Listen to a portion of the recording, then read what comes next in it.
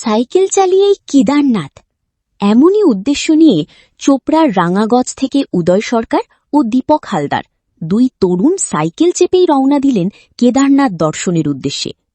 বেশ কয়েক মাস ধরেই পরিকল্পনা চলছিল তাদের।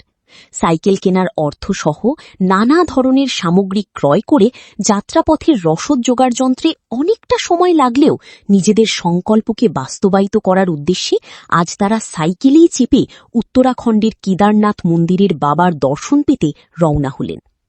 গ্রামের চেনা ছেলে হলেও বাড়িতে ও রাস্তার দুপাশে গ্রামের দুই ছেলেকে আর একবার সাহস দিতে এগিয়ে আসেন সাধারণ মানুষ।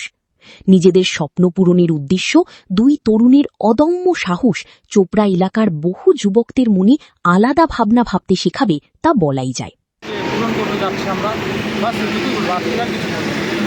মানে সাইকেল নিয়ে যাবেন আপনারা? সাইকেল নিয়ে যাবো। কতদিন লাগবে? এখন 1 মাসও লাগতে পারে। সবাই তো যাই মানে বাইক নিয়ে। আমরা একটা প্রোগ্রাম করলাম আমরা সাইকেল নিয়ে যাব।